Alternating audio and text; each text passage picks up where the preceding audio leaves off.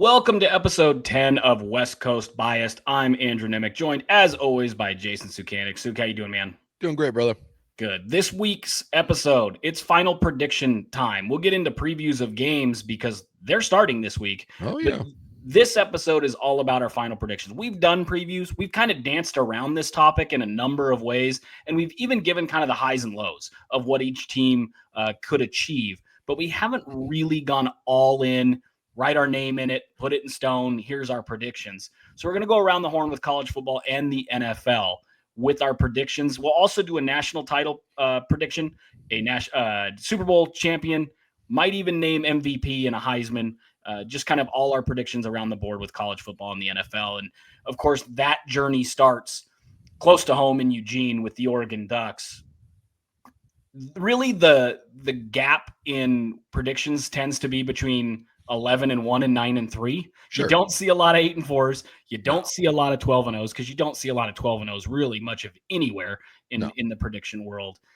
Where do you land with this Oregon team now that we've dissected everything over the last few weeks? I'm going to go 10-2. I'm a little more on the optimistic side. I guess maybe optimistic might be 11-1, but I don't think this team out of the gate is going to be as good as the one last year. This is kind of the general buzz that I hear is cautiously optimistic that at the end of the year, this may be the team that you don't want to play, right? And I think Clemson last year, I keep going back. I think Oregon is a little bit like Clemson. I think they may be a year away. We'll find out in my national title prediction here what I think of Clemson. I'm hearing that this is the deepest team. It's the best they feel. I don't feel like there's any gaping holes on this team, but I also don't know if everyone feels like there's stars or that this is going to come out of the gates. The nice part is the schedule to me is very soft. This is just kind of the nature of college football. It's one of the things that drives me crazy is, when you're a team, Ohio State, Oregon, Alabama, and I'm not saying all those teams are equal, but, the upper echelon teams, let's say the top 10 teams, there's like 3 games on your schedule that really mean anything.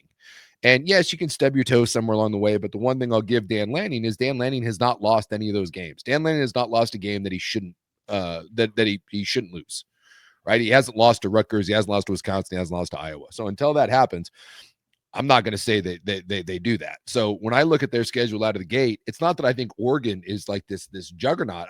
They're not going to lose to Montana State. They're not going to lose to Oklahoma State. They're not going to lose to Northwestern. My God, they're not going to lose to Oregon State. I don't believe that Indiana's for real. I think Indiana's a fraud. I thought they were a fraud last year. They played 2 good teams and they lost by double digits both times. And, I got Wisconsin at home, Iowa on the road, Minnesota. Again, those are not games Dan Lanning loses. They're just not. And it's those, from a talent standpoint, Oregon is so far above those teams. So I think Oregon has 3 games. I think it's at Penn State. I think it's USC, and I think it's Washington. And from a talent gap, by the way, they're better than all 3 of those teams. But I think Penn State this year, especially early in the season, is a better team. I think Penn State has better returning whatever. Like Penn State. I think you talked about it. Like Clemson's really, really good this year. Yeah. A lot of those guys from last year are back. And so if you went from a talent evaluation standpoint, you'd say this Clemson team, if you're talking about last year, really good, loaded. They might be great next year. Yeah. And again, I hear you saying that's kind of where Oregon is. Where next year, look out. This year, frisky double-digit win team. Yeah, so I'm taking if we're just doing the Mike Francesa win loss, I'll give you the loss at Penn State, and I don't know that they will, but that's a tough place to go play. It's going to be their first real game. I know that sounds crazy, but you're not going to learn. You will learn more in one half at Penn State going to the whiteout than you will against the first 5 games. And I'm not, I guess that 4. I'm not here to crap on any of those teams, but I'm sorry, Oregon can sleepwalk through those 4 games. You could tell me that Oregon's going to play their C or even like C, not even C plus, just their C game, right? Their Oregon versus Idaho game last year. And they're gonna be 4-0. Still probably be 4-0. Yeah. And so, when you go to Penn State, you'll find out where it's at. And by the way, Ohio State, you could say the same thing. Ohio State came into Oregon last year, played a good game, made a couple mistakes, had a couple turnovers, little flub at the end, and Ohio State loses. Did it hurt Ohio State at the end? No, it didn't. So I'll say that you lose to Penn State. Again, people are going to circle Indiana. I don't circle Indiana. I just don't. Prove something to me, Indiana.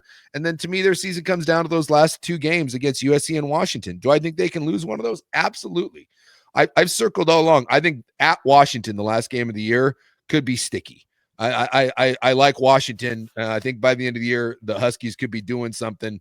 So I think that's a sticky game. So whether they lose at home to USC or they lose at Washington, I'll go 10-2. This is a playoff team for me. I don't see the 3 losses, but I mean, it happens. Just because they haven't lost to a Wisconsin or Iowa doesn't mean that they can, especially if Dante Moore doesn't take a step. Maybe one of the linemen, the transfer lineman that you're counting on doesn't quite deliver. Maybe there's injuries. I mean, there's a million things that happen. So but I don't see 8. I mean, 8-4. No, it's not happening. This isn't going to be 8-4. So that's just kind of where I land is I feel pretty good about 10-2. I feel really good. 10-2 gets you into the playoff. There's no way it doesn't. And then where you go, I mean, who's to say what they're playing at the end of the year? Could just be one of those where, you're a sacrificial lamb in the first round. Could be a pesky team, Clemson or Arizona State last year, where you give someone a run for the money. I don't think right now, at this point in the year, I don't think a national title, I don't think it's realistic. Again, by the end of the year, maybe that opinion changes. This is where I'll put my name to something. And this is kind of what I think, but I go off of the information that I have in front of me, right? This is what I go off of. But anyone that holds tight and says that they can't evolve as new information comes in, you're a moron. And so things change, things evolve. And so we'll see what happens as the season goes on. But I feel of these predictions we're going to give, I think I probably feel the best about 10-2 and Oregon being a playoff team, but probably not where I think a national championship team, because last year's team was really good. I thought they had everything. I thought the year before it was really good if they could have gotten by Washington. And I just don't see it right now. I can't. And maybe this is me just being a poor visual learner. I just can't see all the receivers, the new O-line, the running backs, Dante Moore.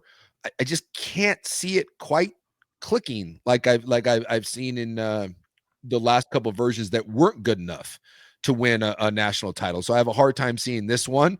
But then again, T. Martin won a national championship in Tennessee after Peyton Manning left. So again, what do we know?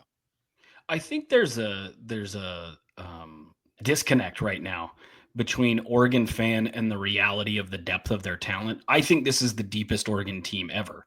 I just think they're a couple years away. 24/7 or a year away. 24/7 released their overall team talent composite, and again, listen, I cover recruiting most of the time, and I've been banging the drum that they've been a top 5 recruiter.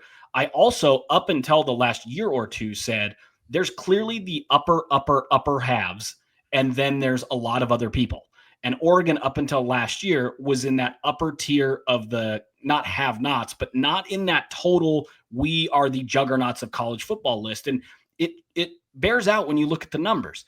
The top 4 teams in 24/7 Sports team talent composite are Alabama, Georgia, Ohio State, and Texas. They all have at least 11. Ohio State has 11 5-star kids on the roster. Georgia has 12. Alabama and Texas each have 14. Oregon is in 5th with 5. So there's still half of the number of 5-star talents to that upper tier. Now, they got 3 of them last year. They're going to get 3 or 4 of them this year.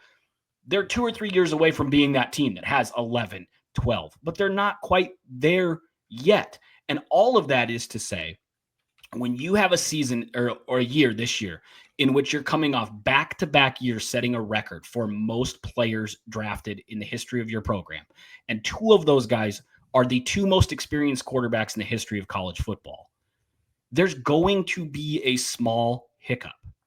And I feel like I am on the negative side of the world in saying that. And I'm not even, by the way, my prediction, 10-2. But I do think they're closer to 9-3 than they are to being undefeated. I think this is a team that you could draw me a line to 9-3 quicker than you could convince me that they go undefeated. You're breaking in a brand new quarterback who was solid, a spectacular prospect, all the tools in the world. I think he's got potential to be a first-round pick. I think he could be great. But he hasn't proven that yet, and his performance was uneven at UCLA. I like the stable of running backs. I don't think they have a true go-to 1,400 yards superstar back. I think they have 3 or 4 really good backs. And I think D.R. Hill's going to be a superstar. Eventually, he's a true freshman. The receiving core, you already had your wide receiver 1 injured. Your next guy in line that you're really, anticipating is big time is a true freshman. You've got a great tight end. I love your tight end. You've got the best offensive line in the Big Ten, maybe college football, but definitely pushing for the best O-line in the Big Ten. You're breaking in a new starting quarterback, and your weakest position on this roster is probably wide receiver. There's going to be a slight drop-off in the passing game, at least from when you had Bo Nix and Dylan Gabriel in back-to-back transfer situations. I just see them scaling back a little bit there. On defense, you lose 2. People think Derek Harmon. Jamari Caldwell was a 3rd-round pick. Mm-hmm. He was a really good defensive tackle. In the history of Oregon, when they've lost 2 really good defensive tackles, it's taken them a little while to just regroup at defensive tackle. I get it. Bear Alexander 2 years ago was 2nd in the Big Ten in interior pressures. Amari Washington was on Bruce Feldman's freak list as a top 5 guy. Neither of them has consistently proven it. So I think there's some question there. Love the linebackers. The secondary is really deep, but really young. Dan Lanning himself said it this week. We're going to have a lot of guys out there that haven't seen a lot of football before. And when that happens, or haven't played a lot of college football before, when that happens, there tends to be growing pains. And if your growing pain year is 10-2, that's really, really good. And every time I say that, I feel like I get the Duck fan like, you don't understand how good they are. No, I do. You're not being rational about the growth and development it takes to be great. Just because you're a 5-star recruit doesn't mean you hit the ground running. Sometimes, yes, you're a Jeremiah Smith. Sometimes you need a redshirt year. Sometimes you need a couple years to get in stride before you're an all-conference guy. And when you start projecting, okay, we need a true freshman to be a star here. We need a first-year quarterback to be an all-conference guy here. We need this transfer running back to be special right away here. We need 2 defensive tackles to step up. We need our secondary to be 3 new starters, and they're all really good from day one. All of those things take some level of it all coming together for you to happen. And when you have 4 or 5 things that really need to come together from day one, that's unlikely to happen. So I think this is a very good Oregon team. I think we could be looking at multiple guys on this roster next year, 2 years from now, 3 years from now, 4 years from now, being first-round picks. And that probably starts with Isaiah World, the left tackle, and Kenyon Sadiq, the tight end. Those guys are special. Dylan Thieneman, the safety, another guy who could be a first-round pick. They're loaded. I'm not questioning that at all. But I do wonder for Duck fan who's like, run it back. We're a national title contender every year. I do wonder when the luck runs out, when the magic runs out of transfer quarterback hits the ground running and is immediately a Heisman finalist. That doesn't happen all over the place. And I do think Oregon fans taking that for granted. So I will say 10-2. I think they're going to be much better by the end of the year than they are at the beginning of the year. I think there's going to be halves where Oregon fan goes, oh my goodness, this looks really bad. I think, and by the way, they could be up 2 touchdowns against Montana State or 3 touchdowns against Montana State, and people will be saying that. So I'm not saying they're going to be down 2 scores to Northwestern. I just think it's not going to be the smoothest of transitions right away, similar to what we saw with Idaho and Boise State last year, where people go, what's wrong with this Oregon team? Nothing. They're breaking in new talent. They've got a ton of it. It's going to take some time. I think they win a first-round game. I don't think they get a bye, and I think they lose in a quarterfinal matchup to one of those juggernauts, the Clemsons, the Penn States, the Ohio State, the Texas, maybe Alabama. I mean, they are really loaded, and I think people are kind of sleeping on them as a national title contender. But I think this Oregon team is really good, and I think you're seeing the foundation of a situation that is going to eventually lead them to being in a national title game either next year or the year after. This Oregon team, in my opinion, will be in the national title game in the next 2 or 3 years. I just don't think it's this year. Yeah, so we're not that far off. I think we both have a general feel there on what we think of Oregon. Like I said, maybe I'm a little more bullish on them than you are. But yeah, I think we have a similar feel. And talking to a lot of people, I do this a lot, just kind of a group think.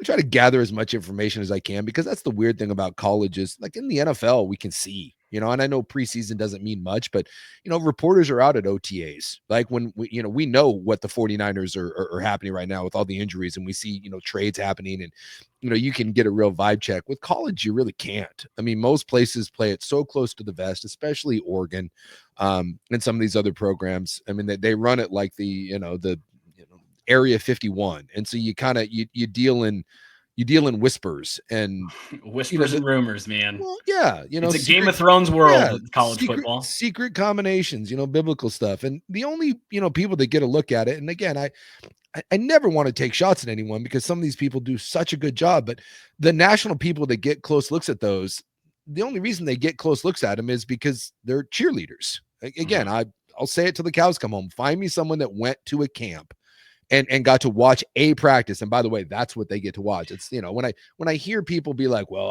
I've seen, Dante Moore at practice. No, you saw one practice. Right. You saw Dante Moore, future Heisman finalist. DeCorian Moore, even more than Oregon could have ever anticipated. That's what you hear from everybody. And that could be true. I know, but I roll my eyes because you saw one practice. I'll say this. And by the way, when you go there, no one's leaving there and being, and because you won't be invited back. It's why local beat reporters, Scott Wolf has covered USC for years.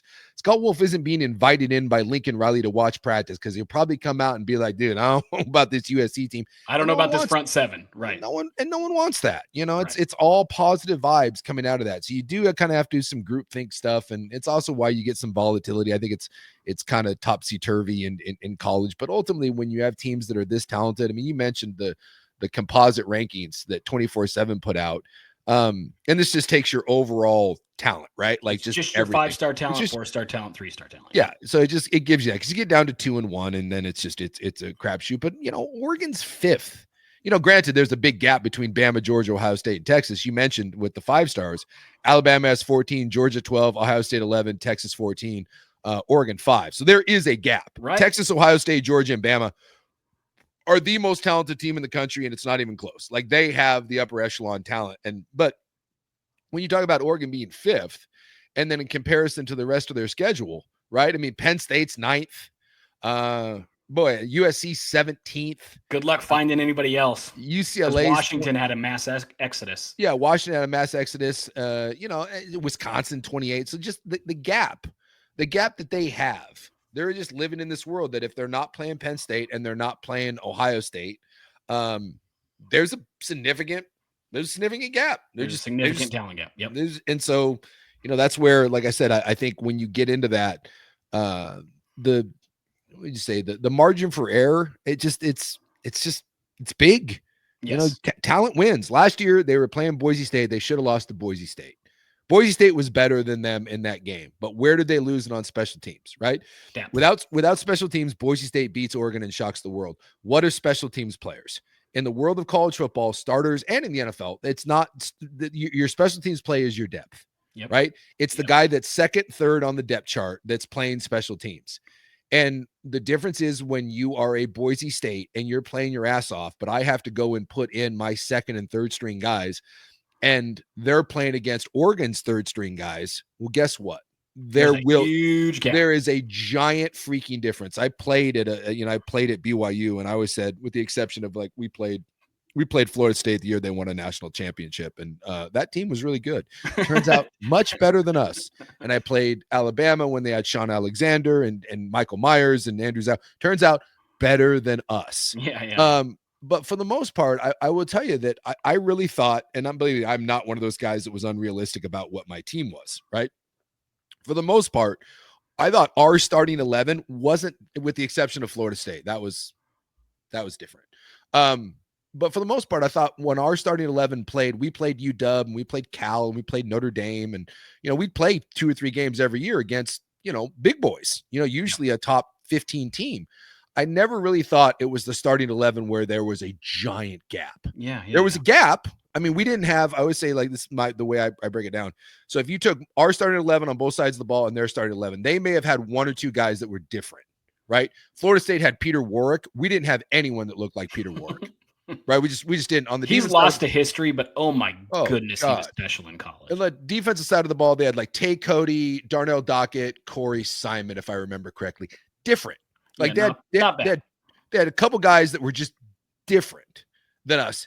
But the rest of the starters, there wasn't any difference between me and the center. In fact, I was probably better than the center. And maybe our left tackle who went on and played in the NFL, John Tate, for years and years. He was better than their left tackle. So we that.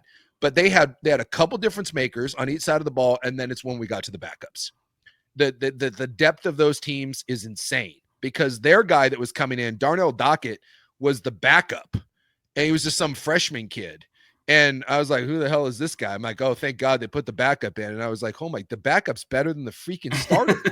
So I was like, what is happening here? And that's where that stuff comes into play. And so when you talk about the difference between being a good team of Boise State or a BYU or an Arizona State or something, it's the really high-end talent, which doesn't exist at those other places. They don't have 5-star kids. And if they don't have a Corey anymore. They don't have a Mateo Uyunglele for the most part. No. And then it gets into the depth of things. You get into you may have a good left tackle, but you don't have a good left tackle and a good right guard and a right tackle. You may have one defensive tackle, but you don't have two defensive tackles. You don't have an elite linebacker. You don't have an All-American safety and an all-conference corner. Well, look at Oregon last year, like defensive tackle, right? Yeah. Amari Washington was the guy that like rotated in with Harmon and Caldwell. It may end up being he's a top 5 on Bruce Feldman's freaks list. Yeah. Most teams do not have that. I mean, that's a depth guy. That's amazing. A depth guy. And in most places, he would have been their best defensive lineman. And I swear to God, every year Ohio State does this. Every year Ohio State rolls out 3 new receivers. I'm like, who the shit are these guys? And you're like, oh, they're all Americans. Yeah. The number of times in the last 5 years I've heard that this guy's going to be the best receiver at Ohio State. They're like, oh, this guy, you thought Terry McLaurin was good. You thought, you thought all, no, it's this guy, and it's just, it's always the next one. And now we get into Jeremiah Smith, who may actually be the best receiver in the history of Ohio State. Yeah. Good luck topping that. But it's just, it's insane. Look at the run that Alabama had, right? Like the run of receivers that Alabama had from Amari Cooper up, like we talk about Ohio State's receivers. Look at Alabama's receivers. I mean, it's just this series of one after another, and that just doesn't happen at other places. But it happens at those places, and that's why those teams win national championships. And until you get to that point, you're not winning national championships. You're just not. You may get close. TCU got to the doorstep. Washington got to the doorstep. Like, you can knock on the door, but in this world of college football, we've yet to see someone kick the door down that isn't one of those guys. You can knock on it, but no one's kicked it down without being one of those kind of FU talented teams. And from a recruiting standpoint, from a talent standpoint, if Oregon signs the class they're projected to sign right now, and then does it again the next year, they will enter that territory. They will enter the double-digit 5-star guys on the roster territory. They're not quite there yet, and it seems very, very doable, but you have to have your coach not leave. You have to have continuity with your coordinators. You've got to have guys not hit the portal. There's a lot in the modern college football world that keeps you on track there that could be a hiccup down the road that people just never anticipate, right? No one says, well, things will be great as long as our head coach doesn't leave. Things will be great as long as our coordinators stay. But those are the realities of what happens when you consistently are one of those 10, 11 win teams at a program that isn't the Alabama, Ohio State, Texas. And even they have to worry about the NFL. Yeah. So 10-2, we're comfortable. We're locking it in 10-2. I will say this. I have talked to a couple of beat reporters, and their predictions were more along the lines of 9-3, 10-2. Yeah. I have yet to hear a 12-0. I did hear 11-1. Yeah. For the most part, people are saying 10-2, 9-3. So if you're on that, like, you guys are insane, I don't even think they'll lose 2 games.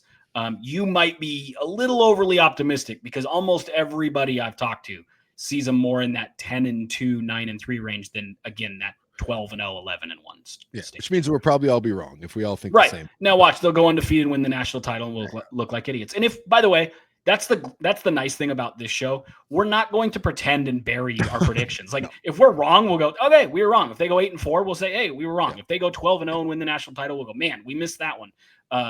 We'll own it. I don't have a problem owning it. Nope. Washington Huskies, I think we both, and this has been a theme throughout the first 9 episodes, we both like Washington probably quite a bit more than the general public, although that tide has turned. Not only is the Seattle area fan excited about their Seahawks, they're getting excited about their Huskies. Bruce Feldman picked Washington to beat Oregon this year. you are starting to hear the buzz that we've been talking about now for about a month. This Washington team might sneak up on some people and be a top 25 team. Where are you at in your final prediction with this Washington Huskies team? I think it's a top 25 team. And I've been kind of I've been beating this drum for a while. I think I was ahead of the curve. I just thought last year, when you look at what happened with Washington, that was a fool's errand. Like, there's nothing you could do. Like, that was a disaster. Where DeBoer left, the transfer portal, the NFL. I mean, you just had a mass exodus. They literally at almost every position lost not just their starter, but also at least one of the guys on the two deep. Like at guard, they lost their top 3 guards. I mean, it was like that at every position. Yeah. And so Washington, to me, is one of those teams, like we were talking about when you look through the composite rankings. Washington is actually quite a bit down. Now, some of that is, again, we mentioned the mass exodus, and Jed Fish is going to have to rebuild that. But Washington is 10th in the Big Ten. I mean, they're behind Wisconsin and Michigan State. Now, we're talking like percentage points. So really, when you look at an overall talent scheme, it's like UCLA, Wisconsin, Michigan State, Washington. They're in that mid-tier. That mid-tier, and I think Washington is going to get better. And you look at that team that played in the national title 2 years ago. It's supremely talented. You can make a talent just from a starter standpoint. It was a more talented team than Oregon. We look at the receivers they had. You look at the O-line they had. I mean, that team was ridiculous. And it came up a dollar short against Michigan. And some of that was injuries, and some of that was, again, Michigan was just a bully that year. They beat the hell out of everybody, and Washington couldn't stand up to it. But so I think Washington is a team that's on the come up. But I think Washington is, again, one of those teams. We're going to talk about the difference, and Husky fan will get pissed at me. I have a buddy of mine that listens to this. He goes, you talk too much Oregon. I need my Huskies. And I said, well, do something. When you do something, we talk about you. Yeah. And so when Washington is relevant, they get all the love in the world. I know Washington fans was a little upset that people aren't talking about them versus Ohio State. And I said, well, chances are you're going to be undefeated going into that Ohio State game. And if you're undefeated going into Ohio State, then we get to talk about you, because that should be Ohio State, will be the number 3 team in the country, 4 team. And I think Washington at that point will probably be somewhere in the teens if they take care of business, maybe 20, right? Because they got Colorado State, UC Davis, Washington State. Don't lose those games, and you're a top 25 team, and you welcome a top 5 team into Husky Stadium. So that should be good. But a school like Washington, you're going to have the years where it pops. Washington, I think, is destined to be Wisconsin, Nebraska, one of those schools. They're not going to be a top, at least right now. Right? What Oregon was in the late 90s, early 2000s. In the good years, you can compete and even win a Fiesta Bowl like they did with Joey in 2001. But also, don't be shocked if there are those 8-4 years in there. Because until things change and they get a massive influx in NIL and a profile changes, and they start recruiting at a truly elite level, they're going to be about talent development. They're going to be about scheme. And they're going to be about not having attrition, being able to keep guys in your program and grow and develop. It's a developmental program. And by the way, that's most schools in the country, with the exception of there's no shot at them for that. That's not a shot. It's just the reality of it, right? When you look at what they lost to the NFL after that national title game, dude, that guts like 90% of programs in college football. And then, I'm not even talking about the transfer portal. Just look at the guys they lost. When you lose those 3 receivers, when you lose Penix, when you lose Fatu, like those are really hard to recover. But if you go back, some of those UW defenses they had, when UW a number of years ago, when you look at the defensive backs that they were putting out there, right? The McDuffies and just some of the guys that came through that program, UW can build something really good. UW can build a top 20 to top 15 program and then have the year where they pop and go win a national title. I believe you can win a national title up in Seattle. It's just not going to be where every year you're in contention for that, right? It's a build towards it. Let's say best case scenario, because I threw out Wisconsin or a school like that. I'm going to say best case. I think if everything's clicking, you might be able to get to a poor man's Penn State. That's what I was literally going to say. They could get to like half a step behind where Penn State's at. But I mean, the fan base, and that's really good. It's really good, right? So I mean, and so UW fan gets a little pissy about like, well, it's the glory days. Well, go ask Nebraska about the glory days, right? The things have changed, but you're taking steps in the right direction, and I really like this team. And when you look at the depth chart that they have, I mean, most of these guys, I mean, Jonah Coleman's going to leave, but most of these guys are underclassmen. Most of the guys that they're counting on are guys with another year of eligibility and not necessarily guys that are bolting for the NFL. So I really like their depth chart. And I think you're going to see a team, especially on the defensive side of the ball, that does. Last year they just didn't have enough bodies, and I don't know how many like Big Ten players there are littered throughout this roster. But I also think that unlike last year, there's not going to be in positions where you say there aren't Big Ten players. Right. Last year, especially on defense and offensive line, there just weren't starters. Those guys, most of those guys would not be starting on contending Big Ten teams. And I look at Washington last year, and they won 6 games, which is not great. That was an 8-win team last year. I'll go to my grave saying that they underperformed with all the challenges they had. The worst offensive line in the Big Ten. Worst offensive line in the Big Ten. Really inconsistent quarterback play. Yeah. They outplayed Washington State. They outplayed Rutgers. They had no business losing that game. And they were in some of those other games and kind of fell apart. So I just, that to me, at minimum, you beat Washington State, you beat Rutgers. That's an 8-win team. You gave Louisville all they could handle in a bowl game. It was a better team than what was on paper. And I think they're infinitely better at every position. I think the offensive line is significantly better. I don't think this offensive line is a top 5 offensive line in the Big Ten, but I also don't think it's a bottom 5. I think it's a nice middle of the road. They're going to throw out probably John Mills, who is the big freshman lineman that they beat Texas out for, which is awesome when you consider the fact that you beat out Texas for a lineman. So I think Mills is going to start there at left guard. They did the John Mills or Paki Finau, who's a redshirt freshman. Who's not bad. No, you got 2 freshmen. One's a true freshman, one's a redshirt freshman that you really like. So not only do you have 5 starters that you like, but you actually have some depth. And by the way, don't be surprised if John Mills ends up getting kicked out at some point and being their starting left tackle, and Finau ends up being the left guard. And then you could take, Carver Willis, the transfer from Kansas, who's a very solid player. If you need, you can kick him out to right tackle. There's some real depth there along this offensive line, which you didn't have 5 starters last year. And I think you have 7 guys right now along the O-line that UW feels good about that are actually Big Ten starters. So just that alone is great. I think they really like the depth chart at wide receiver. Amari Evans, who is the transfer from Penn State, may not end up being a starter. I mean, he's going to be in a rotation, but they've got some guys in here. Vines Bright that they really like, the kid out of Tempe, Arizona, who's a freshman, who's fighting for a spot. I mean, they've got depth. They have 2 really good tight ends. Jonah Coleman's there again with depth at running back that they really like. They don't have, Jonah Coleman is one of the better backs in all of the Big Ten, but I'm telling you, they've got multiple running backs there that they really like. Was it Mohammed is the backup? And then they got another kid. I think it's is it James Washington?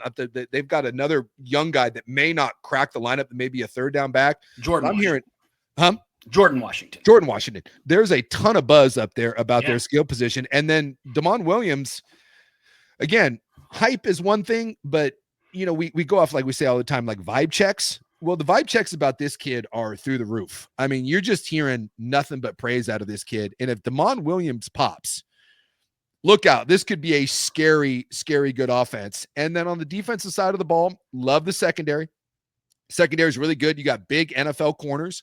I think you like the linebacker depth. Can you find any semblance of pass rush? I think going to do it by committee. But again, keep an eye on Zach Durfee is a guy that you keep hearing. If he stays healthy, he had 2 bad toes last year. Durfee's one of those kind of freak guys that could be what they need up front. So I really like this roster. I do. I think it's going to be better. I think last year was a kind of a weird year. I still think that's closer to an 8-win team. And had they beat those Rutgers and Washington State, and that was an 8-win transition team, we're talking about them differently. And when I look at the schedule, I'm going to say it. I think this is a 9-win team.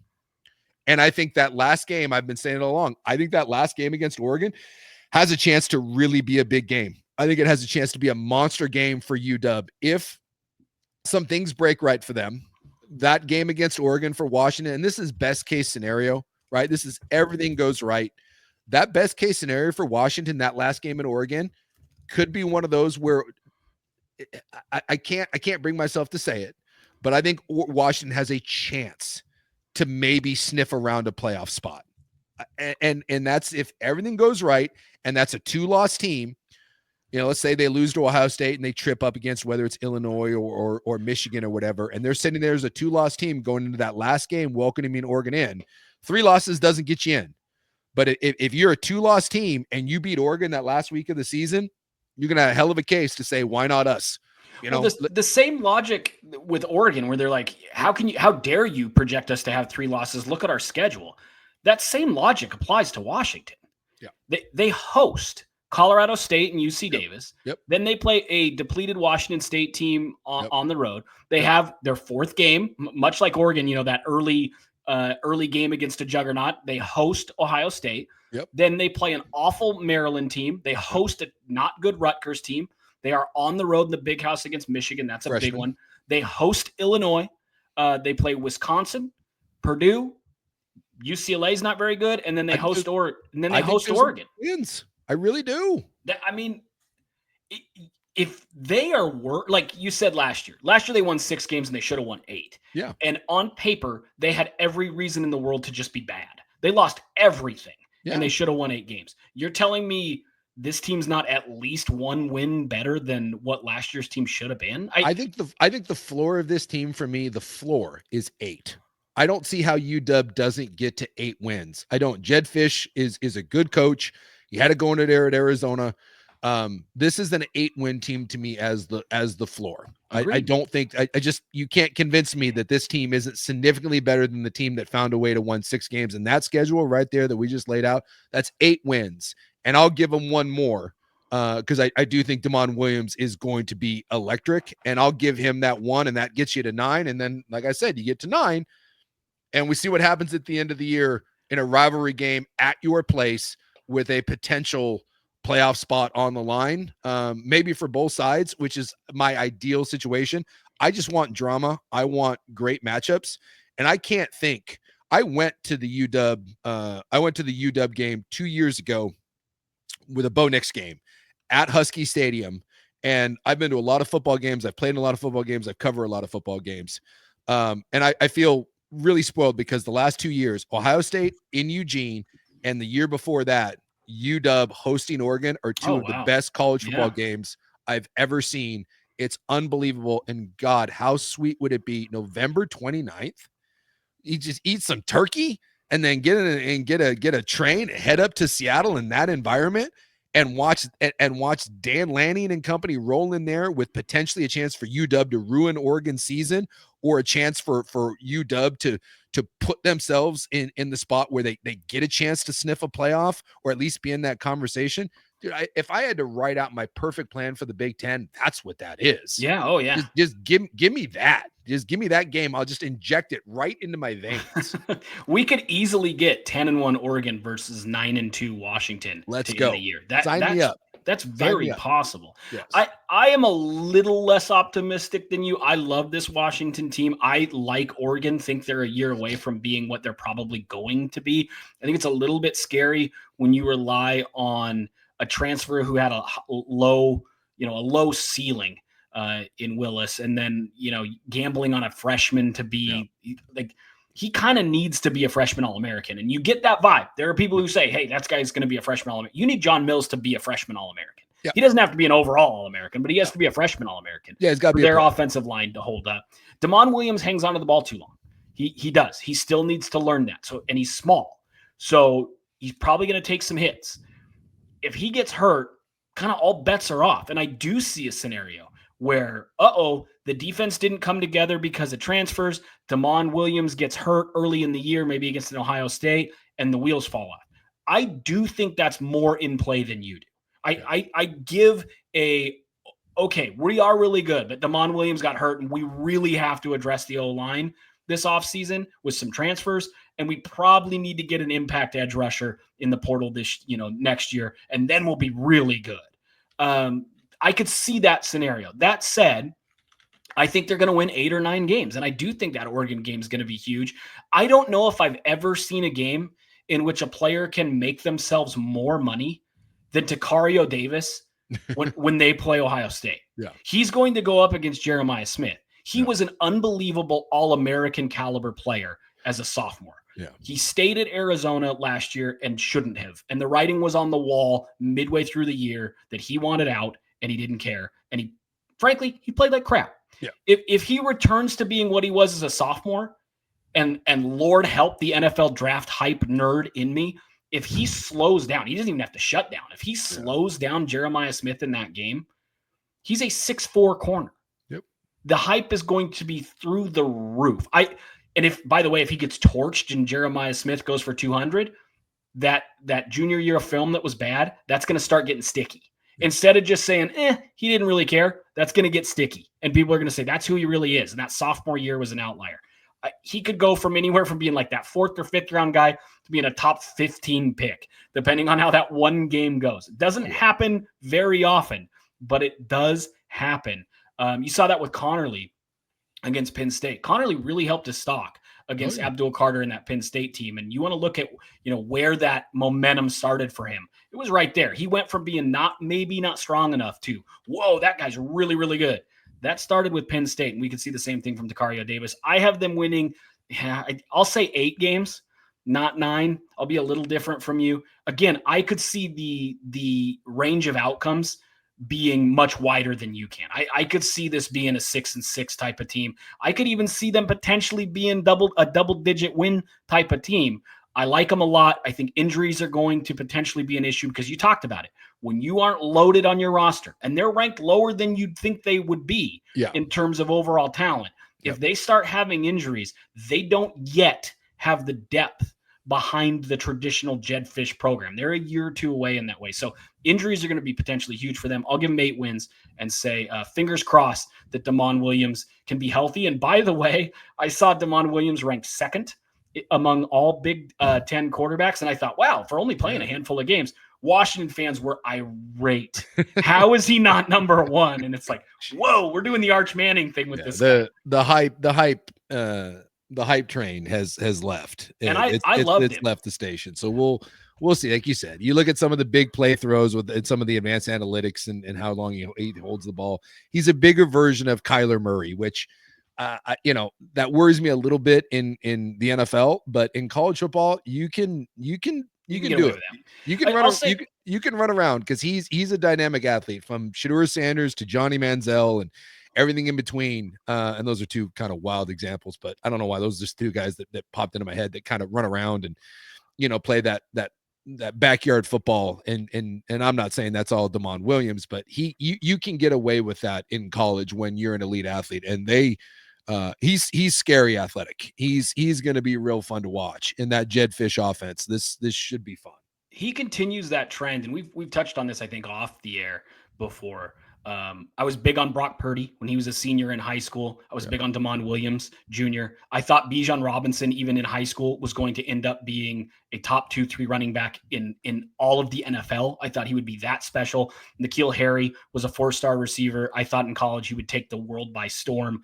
All of those guys, what they have in common, dominant senior years in Arizona high school football. If you're looking for a way to find a guy and go, oh boy, this dude popping late and is putting up 4,000 yards passing and 1,000 yards rushing at quarterback as a senior. Brock Purdy was the Gatorade Player of the Year in Arizona. Damon Williams at Basha was unbelievable. If you're looking for a way to kind of find that gem, Arizona football, people think of it as Oregon and Washington football. It's not. It's really close to Texas football. And geographically speaking, they are close. Arizona has some really, really special athletes, incredible athletes. And it seems like the recruiting hype is still a little bit behind how good they really are. If you're looking for sleepers, look at who's all-state, first-team all-state as seniors out of kind of nowhere in Arizona. Go ahead and take a flyer on that kid. That the last couple of years, that's been guys like Damon Williams and Brock Purdy. And Williams was more of a known commodity. Purdy came out of nowhere. Yeah, that's a good recipe. Oregon State, the Beavers.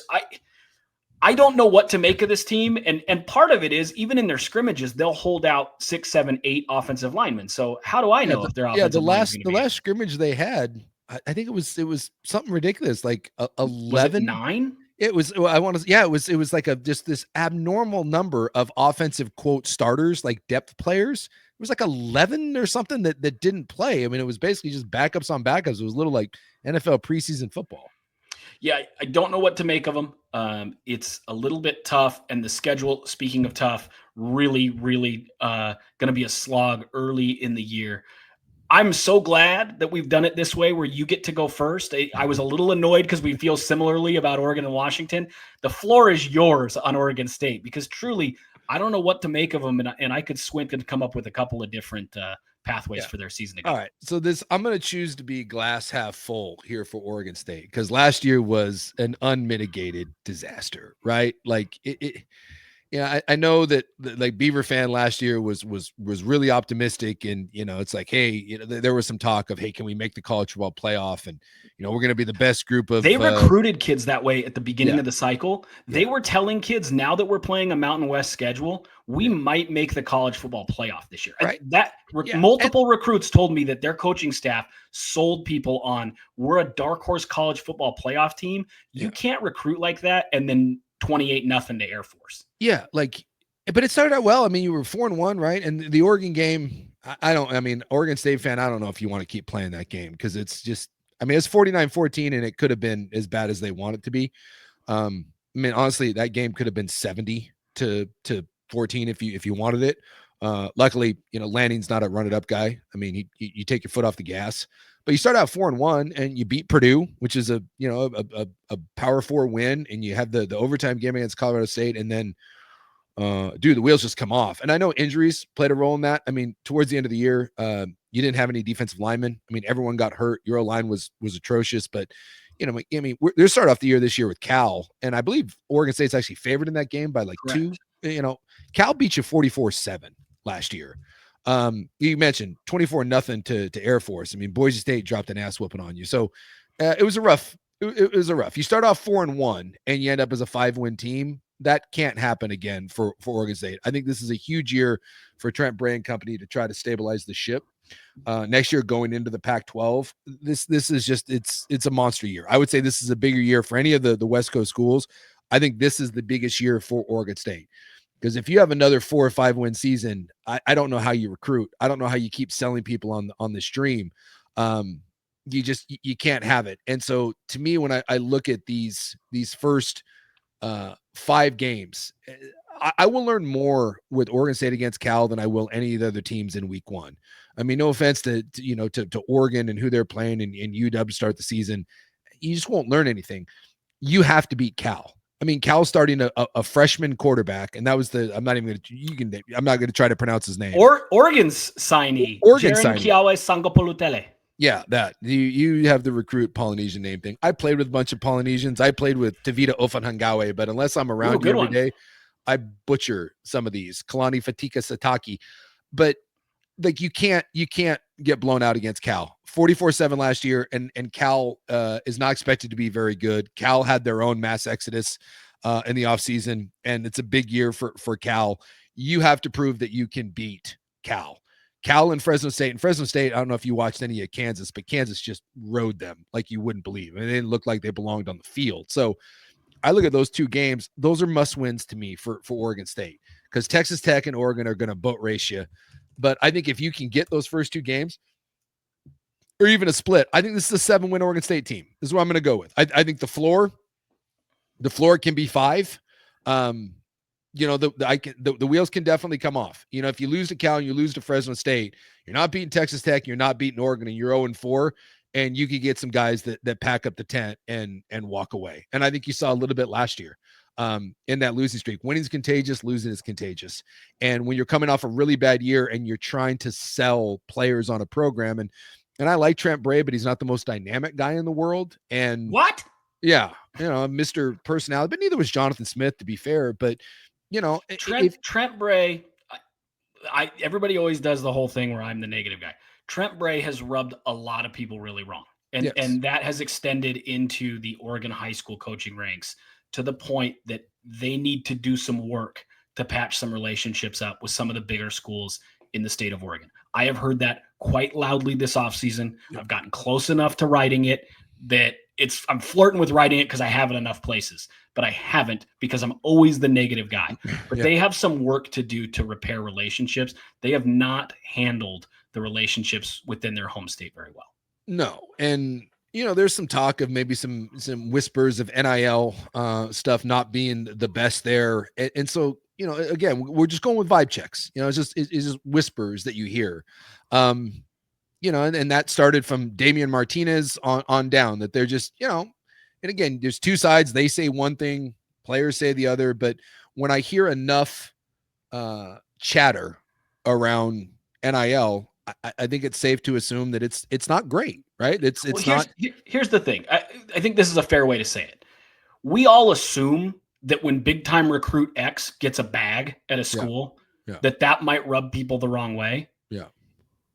We all assume that's true, but we don't necessarily hear it. Yeah. I don't think I'm going out on a limb. I know for me, I'm not. I don't think I am for you in saying there are players who have behind the scenes let it be known that the Malik Murphy deal bothered them. Yeah. That's been out there this offseason. Yes, that maybe he got a deal and we were told some players were told that they didn't have money for them, but they did have money to go out and spend and go get a big dollar quarterback. So that's why I said, I just, those first 4 weeks, knowing what at Texas Tech and at Oregon, look, you're not winning those games. You're not. Texas Tech and Oregon are going to, they're going to kick you in the teeth, and you can't be 0-2. You just can't. You cannot be 0-2 going into those games. You have to find a way to get a split against Cal and Fresno State and look good doing it. And if you do that and you get through this, I think this can be a 7-win team. Because I look at Houston, App State, Wake Forest, Lafayette, Washington State. You play twice, Sam Houston, Tulsa. Like, there's not. This is an easy schedule. This is a much easier schedule than what you will play next year in the Pac-12. So this needs, and maybe this is me choosing to be cautiously optimistic again. I don't want to be negative. Oregon State's been through enough. So I'm going to say 7 wins. I'm going to say you get your split with Cal and Fresno State. Maybe you find a way to beat Houston, and that gets you to 2. And then I look at that schedule down the stretch, dude, that should be 5 wins. I think there's a path to a bowl game on that. So I'm going to say 7 wins, bowl game. Feel much better about your O-line. You feel much better about your quarterback situation. You like your running backs. I think you got a couple receivers that you're pretty happy on that you got to come back, and Walker. So I'm going to go cautiously optimistic, 7 wins, and the Beavs go bowling. I'm not happy with you. And I'll tell you why. Let's play out the schedule thing. And I don't want to do the Mike Francesa win-loss. I've already said I think they'll beat Cal. We saw what Fresno State was against Kansas. Yeah. I think they beat Fresno State. I agree with you that they lose to Texas Tech and Oregon. 2-2. They play a not very good Houston team at home. Let's say they win that one. Okay. Yeah. I think that's questionable, but it's possible. Yeah. They then play App State at home against Wake Forest and Lafayette. Could I convince you they go 2-1 in those games with App State, Lafayette, and Wake Forest? Absolutely. Okay. So now we're at 5 wins. Yeah. They have Washington State, Sam Houston, Tulsa, and Washington State again. If they split with Washington State and they're good enough to do all of that, they could beat Tulsa and Sam Houston. That gets them to 8. Yeah. Now, that gets them to 8, and that's reasonable. Yeah. It is. It's reasonable to say they can beat Tulsa, Wake Forest, Cal, Fresno State, Lafayette. I mean, sure. That's a reasonable thing to say.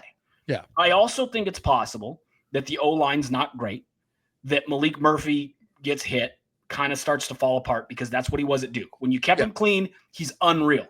Yeah. But his splits between when he's kept clean and when the pocket gets muddy is really bad. There's a gap for everybody. But his gap is particularly bad. He's like a Sam Darnold. And the biggest question for this Oregon State team is pass rush and the O-line. I trust the skill guys. I actually like their receivers. I like Hankerson at running back. Skylar Thomas comes back as your safety, and he was your leading tackler last year. You probably don't want your safety to be your leading tackler. No, that being said, that means he's a pretty good player. He's doing a good job on cleanup duty for sure. Yeah. So I like some of the pieces. I really do. I just kind of think it comes down to the O-line, which no one's really been allowed to see. No. So I will say. That's true. I will say that's not great when we're like, who's their O-line? We know some names. Can they play? I really do. I want to be very clear. I really do think 8 wins is very possible. I do. If the O-line's pretty good, and they have a great O-line coach in Kavanaugh. Kavanaugh's back. He's back, and he's a great O-line coach. Yeah. If he can get that group ready, and they have the talent to put together more than 7 sacks, they need to double that. I mean, they had 7 last year. They need at least 14. You at least need to be one time a game, stall a drive out with a sack. I mean, you have to. Yeah. I think they can win 8 games. I think it's really unlikely that not only is the O-line good, but they also have no injuries, because even they kind of quietly, or at least the rumblings are, they don't have a lot of depth along their O-line. That maybe they do have those 5 or 6 guys, but beyond that, it gets messy really, really quick. So to bet on that O-line all delivering and then nobody getting hurt, that's long odds. So I will say 6-6, but I really truly believe that 8-4 is in play and firmly in play. If your O-line is healthy, you got some edge rushers, pass rush, you can win 8 games. On the flip side, if they only win 3 or 4 games in this schedule, it's probably time to look at making a change. Sure. And I think that's also fair. If you're given a runway of a few years, if you're a Pac-12 school with Pac-12 facilities, with a Pac-12 budget up until a couple years ago, and you drop down to the Mountain West, and you quickly become an also ran in the Mountain West like they did last year, that's an issue. That should not have happened. They were right to say, we're a Power 5 conference team coming down to a lower level. We should dominate. Those were their words. That's what they said to recruits, right? We should make the college football playoff. We're playing a Mountain West schedule. Yeah. They didn't. So on their own merit, they didn't live up to what they projected for themselves. If they do that again this year, I think it's probably time to say, hey, you had the runway of a Pac-12 setup, facilities, field, stadium, the whole deal. You drop down the lower level and the results are worse than they were when Jonathan Smith was here playing in a legit Power 5. And that's a problem. That means it's time to maybe move on and try to bring in somebody that reinvigorates things when you join the Pac-12. Because if you win 3 or 4 games, or even 5 games, it's really, really tough to sell to people, hey, the new Pac-12, we're going to be the big bullies in the Pac-12 because look at what we've done the last couple of years. Yeah. You have to have a winning record. You have to go bowling. The schedule is too easy. It's too easy. It's not going to get much easier than this. Outside of Texas Tech and Oregon, a Mike Riley team, if this were a Mike Riley team with Mike Riley talent, you'd say outside of Texas Tech and Oregon, and they play Oregon tough every year, and Texas Tech's not ranked, they could win every game on the schedule. Mm-hmm. That's what we would have said 6 years ago with this schedule. Yeah. It's not that anymore. Yeah. Is that fair? Yeah. Do you feel like I'm being overly critical? No, I don't think you're being overly critical. Beaver fan will hate you anyways because they always do. But look, the reality is it's not going well. And we always talk about on the show, we talk vibes, right? We just go vibes. And there's not good vibes coming out of Corvallis. There just isn't. And I think you can put rosy spins on it, but that's not what I hear. And yes, you can talk to, and there's some people I know that cover the Beavs and they're great. But what do we talk about with, people that need access to programs are always going to choose to be on the positive side of things. Sure. They just are. Like I said, I talked to a good buddy of mine who's a big UW guy, and he listens to Dogman and these places that, again, do a great job. But, when the offense looks great in scrimmage 1, the offense is the greatest offense in the country. And then in the second one, when Damon Williams struggles and the defense plays great, the defense is the best. They figured it out. They figured it out. 25 defense. And I laugh at him, and I'm like, hey man, like, those two things are, there might be some middle ground on those. And so you always have to take things with a grain of salt. And so I know that it's like when you listen to Oregon State, people that cover it and they do it for a living, they're trying to put a positive vibe. But when I talk to people that are maybe a little impartial or do cover the team and don't really kind of want to go out there on an island, because again, you don't want access to be cut, there just isn't a lot of great vibes right now inside and out of that program. I don't hear a lot of great things, and I hope I'm wrong, because the college football is better when the Oregon States and the Washington States of the world are good. 1000% agree. And I feel bad for what happened to them, but And that's why maybe I'm choosing to be cautiously optimistic and say they go to a bowl game, just because you mentioned that schedule. It will never be easier. And so they need to make hay. And so maybe I'm just choosing to say, hey, I want this to go well. But I just tell you, I don't hear great things coming out of the program. So knock on wood, that this year ends up being a stabilizing year, and Bray can prove that he's the guy. And, you can kind of start off on a good foot next year going into the new Pac-12, where, if you're one of the better teams in that conference, you will be in contention for maybe some postseason talk. And that's all you can hope for.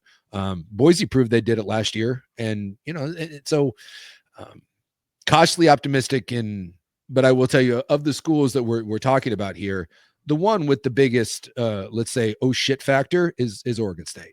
I think they also have the biggest variance. Sure. I just mapped out a way that they could win 8 games, and I don't think that's crazy. I don't think that's overly optimistic. I don't think it is either. But like I said, if there is so could 3 or 4 or 5 wins, and that's a problem. There could be. I don't think Oregon, UW, USC. I don't think there's a place where they just fall off the map, minus injuries or something. But if things don't go well for Oregon State and Malik Murphy gets hurt, or the first 4 games don't go your way, there's a moment there. So fingers crossed that the Beavs have a bounce back year, because last year was ugly. It was bad. Can I just also say, it would be really nice if Oregon State were good. I think we're both rooting for Oregon State. If Oregon State surprised everybody and won 9 games this year, you and I would be thrilled. I would be so happy. There's so many kids on that team that I grew up, like I covered, who while they were growing up, I covered them. I want nothing more than for that program to succeed. Yeah. I think sometimes they go about it in a way that kind of makes me not roll my eyes, but just shrug and go, man, like just the way they entered the Mountain West. And it was like, the recruiting message was, we're going to go be the big bullies because we're a Power 5 team. And this is kind of, not that they said the Mountain West was beneath them, but just in terms of the way they were recruited, we're better than these teams. Yeah. And then to immediately fall down to games like, again, go back to that game, 28-0 to Air Force. And you go, okay, you guys pretty quickly blew that Power 5 advantage you had. That was really disappointing. But if they can bounce back this year, if they've got that figured out, okay, now we know who we are. We know where we needed to patch things up. We weren't good enough in the trenches, and they win 8 or 9 games. That would be absolutely wonderful. Surprise, surprise, Suke. We talked college football and went way longer than we thought we would. We're not doing NFL predictions today. We're going to have to do that another day. We get on a run and we start to spiral. Real quick, I do want to squeeze one in. We're not done. We're not done. All right. We got USC. And then we got to do our Heisman prediction and national title, and then we will really get out of here. This one's going to be a little bit longer. Yeah. The USC Trojans. We just talked about a different version of this is the biggest year for this program in a while for Oregon State. And no one's comparing where the programs are at between Oregon State and USC. However, they are in a similar spot in the sense that if things go well at USC, you can talk yourself into, okay, we didn't necessarily have our NIL sorted out. We hit some bumps in the road. Lincoln Riley now has this thing going in the right direction. On the flip side, if they have a bad year, there are going to be some really pissed off people who are sort of motivated to at least attempt to raise the 80 million, 90 million that's needed to buy out Lincoln Riley, which won't happen, but they'll be motivated to try. Yeah. This feels like a make or break year, not for USC, but for Lincoln Riley. Yeah. At USC. Yes. And I view USC as a more talented version of UW. So follow me on this. I go back. I do this in the NFL a lot. If you want to find teams, and it's not quite the same because there's more variance in the college rosters than there is the NFL, right? I mean, there's just more turnover because you lose players. But find teams that either won a bunch of close games or lost a bunch of close games, right? And chances are you regress back to the middle of those things. And I mentioned UW losing games that they shouldn't lose. USC. I mean, my God, the Michigan loss last year might be the most puzzling loss that I can remember. No business losing to Minnesota. Had Penn State on the ropes, right? Lost a close one to UW. Played toe-to-toe with Notre Dame for 3 quarters until you started throwing interceptions. Have we mentioned they lost to Maryland? Yeah, the worst freaking team in the world in 29-28 to Maryland. It's like, Jeebus, criminy Christmas.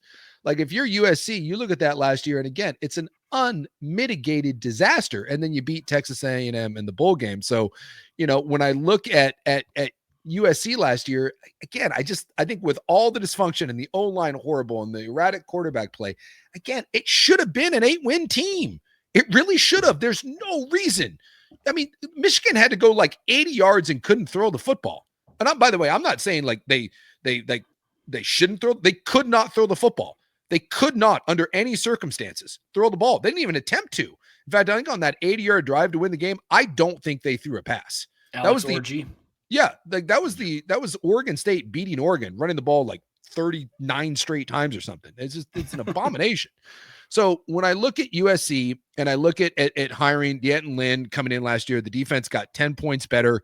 I just don't believe that Lincoln Riley forgot how to coach offense. I mean, the guy's one of the best offensive minds in college football.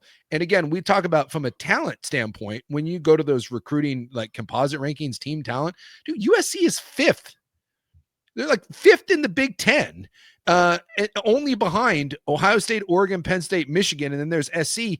And basically they're saying it's the same talent level from top to bottom. It's right there with Oregon, Penn State, and Michigan. Like it's nationally one of the more talented teams in the country. I got to scroll down and see where USC is, but like USC, they're probably right at the edge of top 20. I would guess. Yeah, USC. Yeah, they're 17th. Yeah. Like USC is too good for this. Now, do you buy into the quarterback play, the O-line? Look, there's a lot of stuff that scares me about USC. Oh, they terrify me. They absolutely terrify me. USC really scares me to go out on a limb. But I said it a few weeks ago, and I'll say it again. When you look at when you look at the Big Ten, right? The Big Ten is the second best conference in the country behind the SEC. And last year, you had Oregon, Indiana, Penn State, Ohio State, and Illinois that were all 10-win teams, right? And Oregon will be a 10-win team again. Penn State and Ohio State are going to be a 10-win team. So you've got potentially 2 to 3 more 10-win teams that are going to be in there, right? I don't buy Indiana, although Indiana's schedule is kind of soft again, but they're going to try to manufacture. I like Indiana.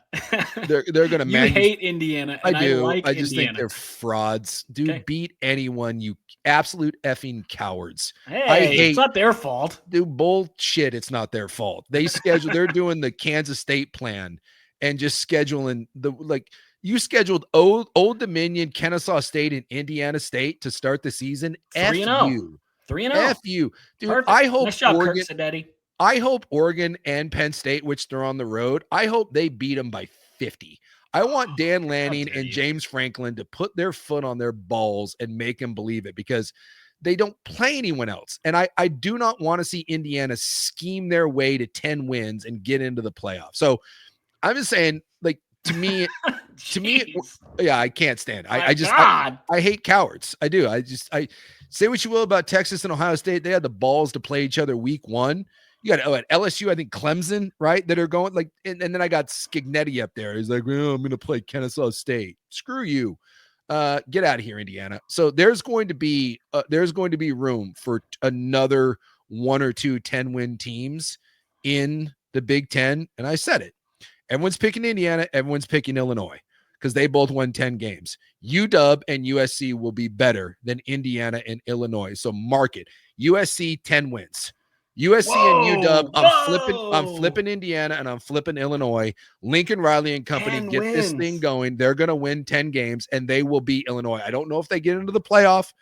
Maybe it's one of those that you end up just on the outside of things, and maybe that 10 win comes in a bowl game. See, I'm kind of being cheeky about it. No. We're not doing that. We're not doing that because I looked at their schedule. 10 wins is bold, my friend. All right, then go ahead, do your thing. Do your thing. It's exciting. I can't wait to counter this one. No, I'm gonna 9 wins and a bowl game win. 9 games in a bowl. That's look. I'm bookending this. I know we're up against it. I'm booking it. Mark it. UW and USC will be better. They will be better than Illinois. And whether you want to take Illinois, Michigan, when you take Illinois, Indiana, no, get them out of there. when we're looking at the Big Ten, when we're finished, it will be Oregon, it will be Penn State, it will be Ohio State, and 4 and 5 in the conference will be USC and UW in one of those orders. There's you wanted a bold, dumb prediction. There it is. USC and UW finish ahead of everyone not named Oregon, Penn State, and Ohio State. Okay. I said it. Let's have an honest conversation about USC. One, their trenches are not where they need to be. They were, and Indiana's are. No, I don't think Indiana's are.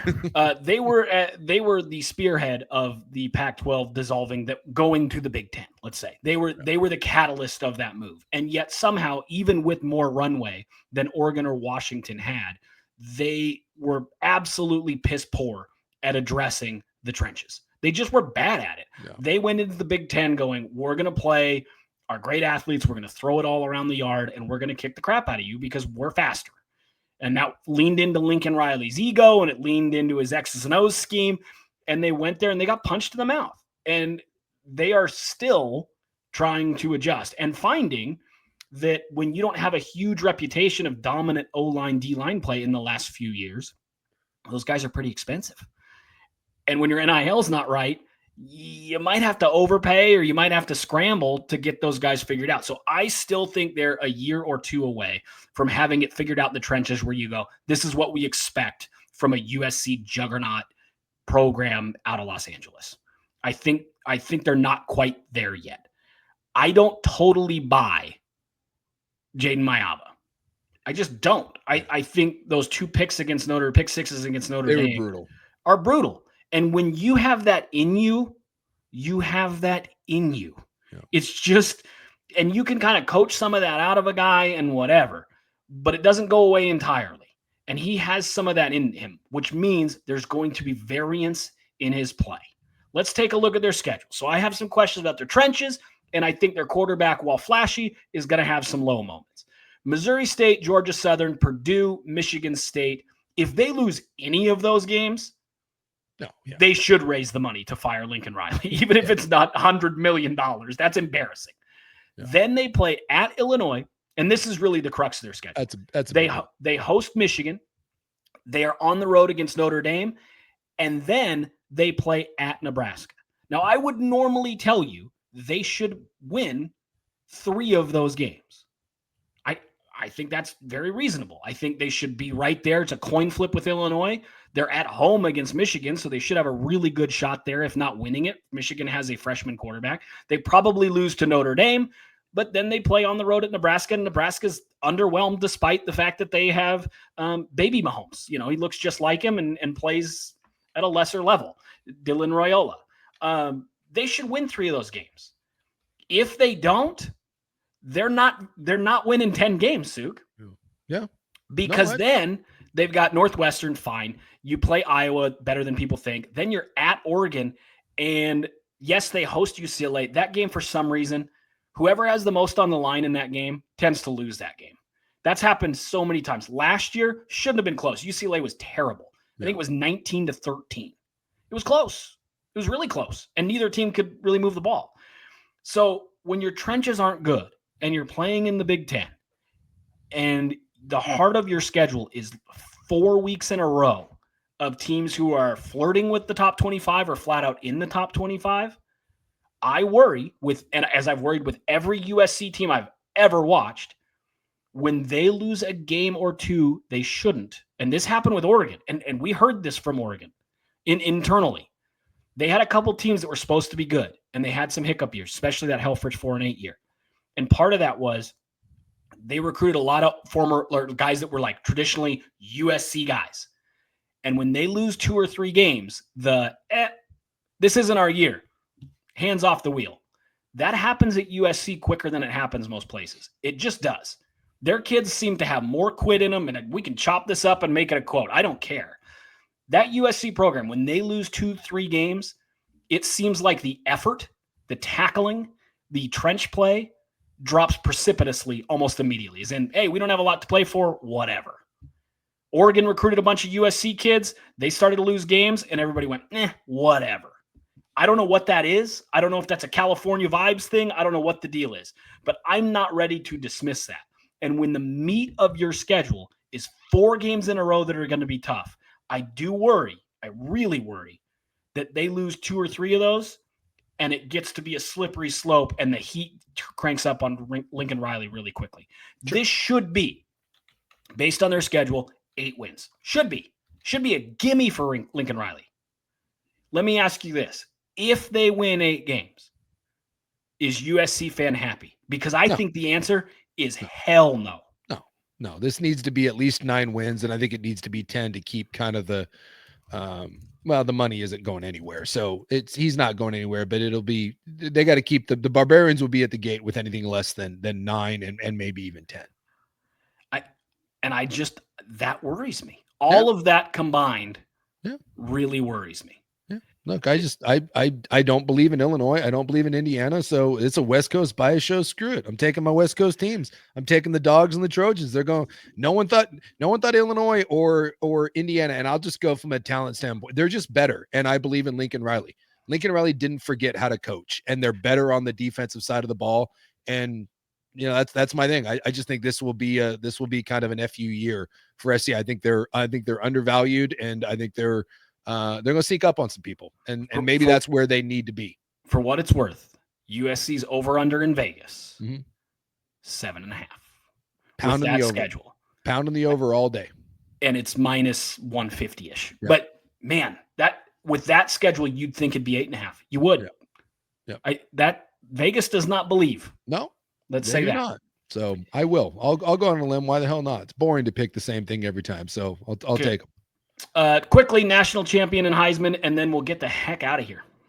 Yeah, this is kind of one of those funky things for me because I have some kind of sleepers, but look, I think when you look at path, I think there's a team that's guaranteed to be in there, and that team is Clemson. I think they have a quarterback that can win a Heisman Trophy in Cade Klubnik.